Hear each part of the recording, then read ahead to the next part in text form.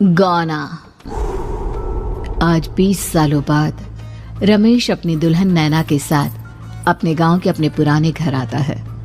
सभी लोग बहुत खुश थे। रूपा भी अपनी बहू का स्वागत करने में लगी थी। पर ये क्या, रूपा जैसे ही अपनी बहू की आरती उतारने जाती है, अचानक से तेज हवाएं चलने लगती है। घर की लाइट चली जाती है और आरती का थाल का दीपक बुझ जाता है। माँ, ये सब क्या हो रहा है? अचानक से ये मौसम कैसे बदल गया? अरे बेटा, ये गांव है। गांव में अक्सर ऐसा ही होता है। किसी भी वक्त मौसम बदल जाता है और कभी भी लाइट चली जाती है। दीपाली बेटा, किचन से मोमबत्तियां तो ले आ।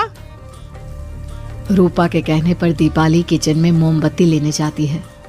लाइट ना होने की वजह से घर में काफी अंधेरा था, इसलिए दीपाली अपने फोन का टॉर्च ऑन करती है और टॉर्च ऑन करते ही उसे महसूस होता है जैसे कोई उसके सामने से गुजरा हो। मुझे ऐसा क्यों महसूस हुआ कि मैंने अभी यहाँ किसी को देखा? क्या सच में यहाँ कोई था या ये सिर्फ मेरा वहम था? अरे दीपाली बेटा, मिले कि नहीं मोमबत्ती? हाँ माँ, बस अभी लाती हूँ। दीपाली सारी बातों को भूलकर मोमबत्ती जलाती है और जैसे ही मोमबत्ती लेकर वापस बाहर जाने के लिए पीछे मुड़ती है तो उसके सामने एक 10 साल की छोटी बच्ची खड़ी होती है। उस बच्ची की एक झलक देखते ही दीपाली डर जाती है और जोर जोर से चिल्लाने लगती है। तभी अचानक से लाइट आ जाती है। दीपाली की आवाज सुनकर शंकर और छोटा भाई पवन उसके पास पहुंचते हैं। क्या हुआ दीपावली बेटा? पापा, मैंने किसी को देखा। दीदी यहाँ पर कोई नहीं है। अंधेरे में वहम हुआ होगा आपको। अब चलो, दरवाजे पर भैया भाभी कब से खड़े हैं। दीपाली भी इसे अपना एक वहम समझकर सबके साथ बाहर चली जाती है, जहां वो लोग अपनी भाभी का स्वागत करते हैं।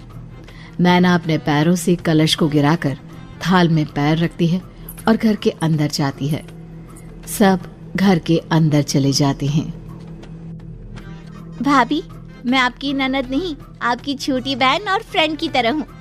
इसलिए कभी भी आपको ये लगे कि भैया आपको सता रहे हैं तो आप उनकी शिकायत मुझसे कर देना।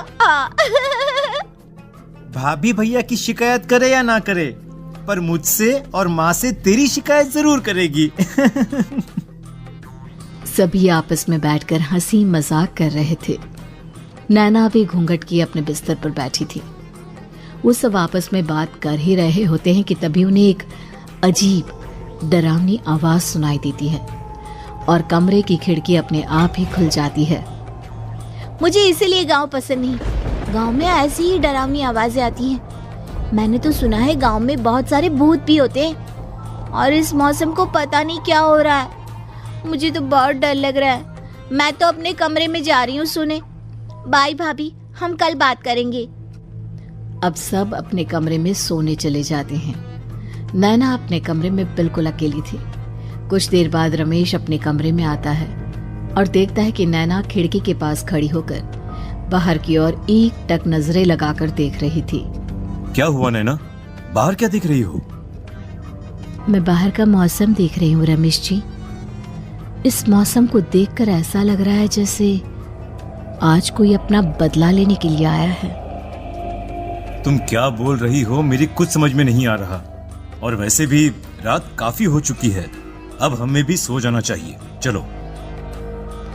इतना बोलकर रमेश सोने के लिए बिस्तर पर लेट जाता है, पर नैना अब भी खिड़की के पास ही खड़ी होती है। रमेश के सो जाने के बाद नैना अपनी सास के कमरे में जाती है और अपनी सास के पास बैठकर रोने लगती है, जिसे सुन सास की नींद खुल जाती है। बहू, अरे क्या हुआ बहू? तू इतनी रात को यहाँ मेरे कमरे में बैठकर रो क्यों रही है? मम्मी जी, आपने मुझे क्यों नहीं अपनाया? आपको पता है, आपकी वजह से मुझे और मेरे परिवार वालों को गांव वालों के कितने ताने सुनने पड़े। तू मेरी बहू नहीं है? कौन है तू? मम्मी जी, मैं आप ही की बहू हूँ। आपने मुझे अब भी नहीं पहचाना? इतना बोलते ही नैना की आंखें लाल हो जाती हैं। वो जोर जोर से हंसने लगती है। मौसम का रुख बदल जाता है। कमरे की खिड़कियां और दरवाजे अपने आप ही खुलने और बंद होने लगते हैं। देखते ही देखते नैना हवा में उड़ने लगती है और वो अपनी आंखों के इशारे से अपनी सास को भी हवा में लटका देती है। तेरी वजह से मुझे और मेरे घर वालों को ताने सुनने पड़े। तूने जो पाप किया है, तुझे उस पाप की सजा मिलेगी और अब तेरी इस गलती की सजा तेरा पूरा परिवार भुगतेगा। इस तरह से नैना बड़ी ही बेरहमी से अपनी सास को मार डालती है और आराम से अपने कमरे में जाकर सो जाती है। अगली सुबह जब घर वालों को कमरे में रूपा की लाश मिलती है तो उन लोगों के पैरों तले जमीन खिसक जाती है। कल तक माँ बिल्कुल ठीक थी, फिर अचानक ऐसा क्या हुआ रात को कि माँ हम सबको छोड़कर चली गई। सारी गलती मेरी है। बेटे की शादी की खुशी में मैं ही रात को घर वापस नहीं आया और चला गया अपने गांव के दोस्तों से मिलने। अगर रात को मैं अपनी रूपा के साथ होता तो शायद आज वो हमें छोड़कर न जाती। घर में शोक का माहौल पसर गया था, पर नैना को इस बात से कोई फर्क नहीं पड़ रहा था और ये बात कहीं ना कहीं पवन को भी समझ में आ रही थी। अब ऐसे ही कुछ दिन बीतते हैं और 1 महीने के अंदर ही अंदर शंकर की भी मौत हो जाती है। पहले माँ छोड़कर चली गई और अब पिताजी। क्या हो गया है हमारे घर को? पता नहीं किसकी नजर लग गई है। भैया ये घर सही नहीं है। हम जब से इस घर में आए हैं कुछ न कुछ बुरा ही हो रहा है। हमें यहाँ से वापस शहर चले जाना चाहिए। जहाँ रमेश, दीपाली और पवन का रो रो कर बुरा हाल था, वहीं नैना अपने कमरे में बैठी आराम से मेकअप कर रही थी। दीदी मुझे तुमसे कुछ बात करनी है। मुझे लगता है कि इन सब के पीछे भाभी का हाथ है। पवन तू ये सब क्या कह रहा है? तू होश में तो है ना? अगर भैया भाभी ने तेरी ये बकवास बात सुन ली तो उनके दिल पर क्या गुजरेगी? तू भाभी पर इतना बड़ा इल्जाम कैसे लगा सकता है? दीदी आप खुद ही देख लो ना, हम जब से इस घर में आए हैं सब कुछ बदल गया है। शादी से पहले नैना भाभी ऐसी बिल्कुल नहीं थी, पर अब वो किसी से बात नहीं करती, ज्यादातर अकेले अपने कमरे में ही रहती है और कभी उनसे बात करो भी तो न जाने कैसी अजीबोगरीब तरह की बातें करने लगती हैं। तू पागल हो गया है? आप समझती क्यों नहीं है दीदी? देखो ना, हमारे घर में मौत का सिलसिला शुरू हो गया है, पर भाभी को कोई फर्क नहीं पड़ रहा। वो अभी भी मेकअप कर रही हैं, आराम से खाना खा रही हैं। और दीदी आपको पता है, जिस रात माँ की मौत हुई थी ना, उस रात मैंने भाभी को माँ के कमरे में जाते हुए देखा था। पवन की बातें सुन अब दीपाली के मन में भी शक पैदा होने लगता है और वो इस बारे में रमेश से बात करती है। रात को सब साथ में बैठकर खाना खा रहे थे, तभी कौन हो तुम और तुम ये सब क्यों कर रही हो? क्यों सबकी जान ले रही हो? रमेश जी ये आप क्या कह रहे हैं? मैं भला मम्मी जी पापा जी की जान क्यों लूंगी? मैंने कब कहा कि तुमने माँ पापा की जान ली? नैना तुम तो मेरी पत्नी हो, तुम थोड़ी किसी को मारोगी। नैना तुम नैना ही हो ना? रमेश की ये बात सुनते ही नैना खाना छोड़कर गुस्से में सबको देखने लगती है। नैना की गुस्से भरी आंख को देखकर तीनों भाई बहन डर जाते हैं। तभी नैना जोर जोर से हंसने लगती है। मैं ही तो हूँ आपकी पत्नी गौरी। गौरी का नाम सुनते ही रमेश के होश उड़ जाते हैं। आखिर कौन है ये गौरी? क्या है इस घर और घर वालों का राज?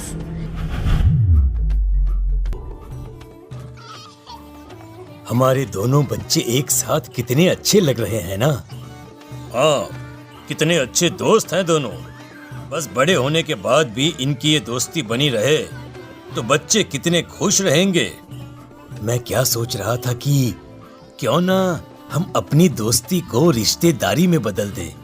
मैं अपने बेटे रमेश की शादी तेरी बेटी गौरी से करना चाहता हूँ। इस तरह हमारे बच्चे भी हमेशा साथ रहेंगे और हमारी दोस्ती भी रिश्तेदारी में बदल जाएगी। शंकर की इस बात से उसके दोस्त को बहुत अच्छा लगता है और वो अपनी बेटी की शादी रमेश से करवाने के लिए तैयार हो जाता है। बहुत जल्द दोनों परिवार मिलकर बचपन में ही रमेश और गौरी की शादी करा देते हैं। अरे शंकर, अपने बच्चों की शादी करवा कर हमने अपनी दोस्ती को रिश्तेदारी में बदल तो लिया, पर मैं चाहता हूँ कि अपनी गौरी का गौना 2 साल बाद करूँ ताकि वो थोड़ी समझदार हो जाए। अरे हाँ हाँ दोस्त, बिल्कुल, हमें कोई दिक्कत नहीं है। इसी तरह समय बीतने लगता है। समय के साथ शंकर का कारोबार तरक्की पकड़ लेता है और 2 साल बाद शंकर अपने पूरे परिवार के साथ शहर में शिफ्ट होने की तैयारी कर लेता है। जब ये खबर उसके दोस्त को पता चलती है तो वो शंकर से बात करने उसके घर जाता है। शंकर, 2 साल पूरे हो चुके हैं और अब तू शहर भी जाने वाला है। मैं सोच रहा था कि तेरे शहर जाने से पहले गौरी का गौना कर दूं ताकि तू अपनी बहू को अपने साथ लेकर जा सके। ये तू कैसी बातें कर रहा है? रिश्तेदारी बराबरी वालों से होती है और वैसे भी अब मेरा बेटा या मेरा परिवार कोई भी इस रिश्ते को नहीं मानता। ये तू कैसी बातें कर रहा है दोस्त? जब हमने अपने बच्चों की शादी करवाई थी तब हम दोनों ही एक बराबर थे। पिछले 2 साल में तेरा कारोबार थोड़ा सा अच्छा क्या चल गया तो पुराने रिश्ते ही तोड़ देगा। देख भाई, ऐसा मत कर। अगर तूने मेरी बेटी को अपनी बहू के रूप में नहीं अपनाया तो कोई भी मेरी बच्ची से शादी नहीं करेगा। अरे उसकी जिंदगी बर्बाद हो जाएगी। यार देख, वैसे भी बाल विवाह तो कानून मान्यता नहीं देता, फिर मैं कैसे दे दूं? तू अपनी बेटी के बड़े होने पर उसकी शादी किसी दूसरे लड़के से करवा देना। वैसे भी तब तक ना उसे और ना ही गांव वालों को ये बात याद रहेगी। मेरे बेटे को बख्श दे मेरे भाई।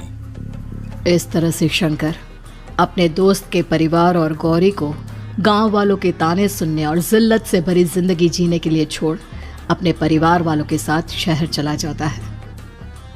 अरे इनकी गौरी में ही कोई दोष होगा, तभी तो लड़के वालों ने इनकी बेटी को अपनी बहू के रूप में नहीं अपनाया और उसको यहाँ छोड़कर शहर चले गए। अब कौन थामेगा ऐसी लड़की का हाथ?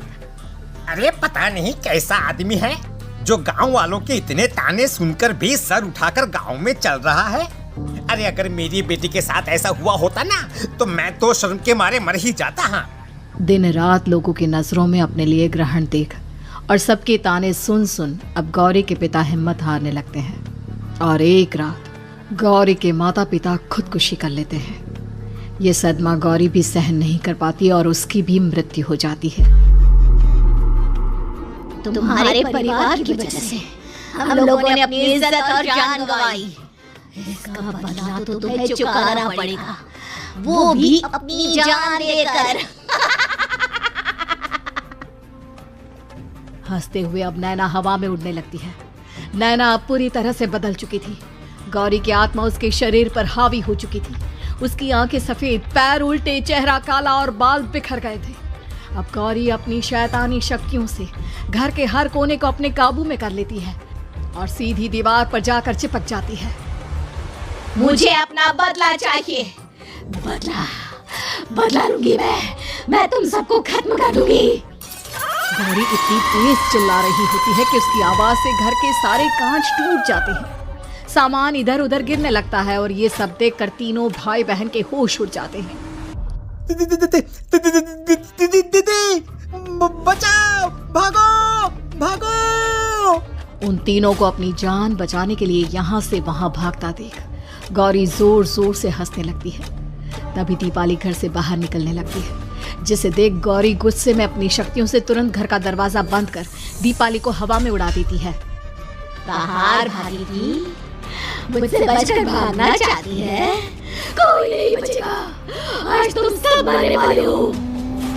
अचानक घर में भूतिया आवाजें गूंजने लगती है, तेज हवाएं चलने लगती हैं, सोफा, टेबल, कुर्सी सब हवा में उड़ने लगता है। ये सब देखकर रमेश, दीपाली और पवन की रूह कांप जाती है। घर में ये सब होते हुए और अपनी बहन को हवा में उड़ते हुए देख रमेश और पवन को भी समझ में नहीं आ रहा था कि वो क्या करे, कैसे अपनी जान बचाए। इतने में गौरी अपनी आंखें दीपाली की तरफ करती है और अपनी शैतानी शक्तियों से उसका गला दबाने लगती है। भागने का बहुत शौक है ना, अब मैं तुझे इस दुनिया से ही भगा दूंगी। इतना बोलकर गौरी दीपाली को उठाकर फेंक देती है और दीपाली दीवार से टकराकर नीचे गिर जाती है। दीपाली के पूरे शरीर में चोट के निशान होते हैं और वो उठ भी नहीं पाती।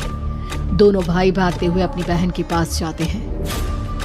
ये तो बस शुरुआत है, मैं तुम तीनों को तड़पा कर मारूंगी। अरे अरे, पर हमने क्या किया है? हम तीनों भाई बहन तो निर्दोष हैं। गलती तो हमारे माता पिता ने की थी और उन्हें तुम पहले ही मार चुकी हो, फिर हमारे पीछे क्यों पड़ी हो? पवन के इतना बोलते ही गौरी एक हवा के झोंके की तरह उसके पास आती है और उसका गला पकड़कर उसे हवा में उठा देती है और रमेश को गुस्से भरी नजरों से देखती है। गलती मेरे परिवार की नहीं थी, पर सबको बोलना पड़ा। मैं किसी को नहीं छोड़ूंगी। गौरी पवन को हवा में उछाल देती है, जिस पर कमरे की छत से टकराकर जमीन पर आकर वो गिरता है। उसके सर और शरीर पर जगह जगह चोट लग जाती है और खून बहने लगता है, जिसे देख अब रमेश से चुप नहीं रहा जाता। गौरी, तुम्हारा गुनहगार मैं हूँ। तुम्हारी शादी मुझसे हुई थी। अगर तुम्हें बदला चाहिए तो मुझसे लो। मेरे भाई बहन को छोड़ दो। तुम मुझे मार दो।